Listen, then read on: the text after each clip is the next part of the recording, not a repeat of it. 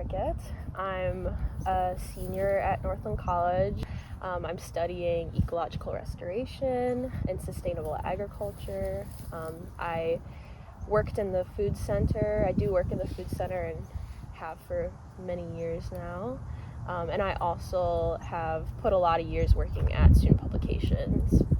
Yeah, I think my favorite part of Northland culture is just how people are obsessed with being outside at any possible moment. Like the moment that it hits 45, 50 degrees, it's skirt weather. People are getting outside.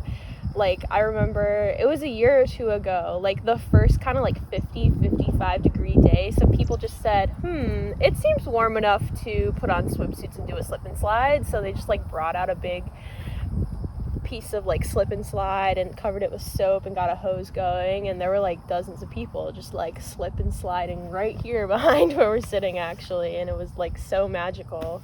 People love any bit of warmth that we can get.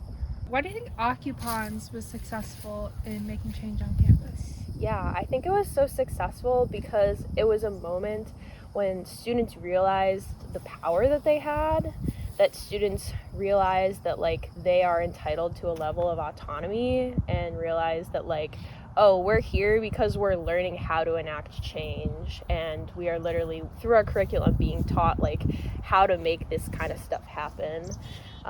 And it was a critical moment where people were like, oh, like here's where I take all this stuff that I've been training and preparing for and actually doing it. Yeah, my favorite Snowfest event was last year when Cecilia was Snow Queen. There was like an ice skating event, like a competitive ice skating, and people really came all out for that. I remember Anders and Emily Nobles, like they got the outfits and all that. And yeah, people just like actually really got routines together, and it was so impressive and very fun. I think one of my favorite Northland traditions is the hacky sack. It's like one of those things that anyone can get involved in at any time, you know, in like the intermission between a little event that's happening, or just on the mall, you can walk past and be like, hey, can I join you? And then people just like circle up and get to be in community and do something fun together. I love Lake Superior because Lake Superior is a part of me.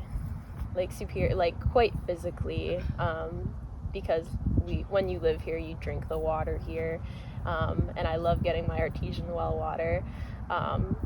So through that, like Lake Superior is like physically a part of me and helps connect me to the land in a beautiful way.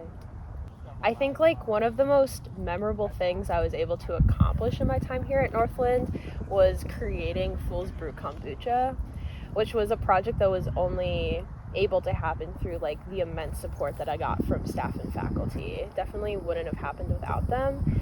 And it's always been like my dream to be that kind of support or mentor for future students so that they can have the same kinds of experiences that I did. That's beautiful.